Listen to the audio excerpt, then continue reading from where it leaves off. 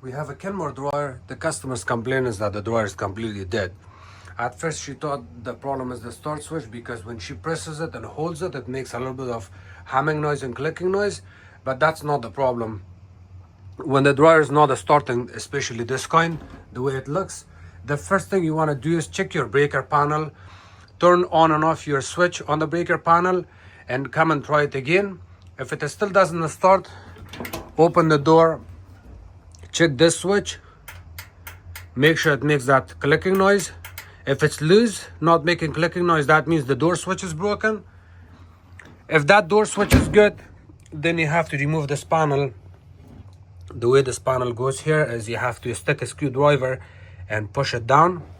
From here it falls down on both sides, and then after that you have to make sure the unit is unplugged.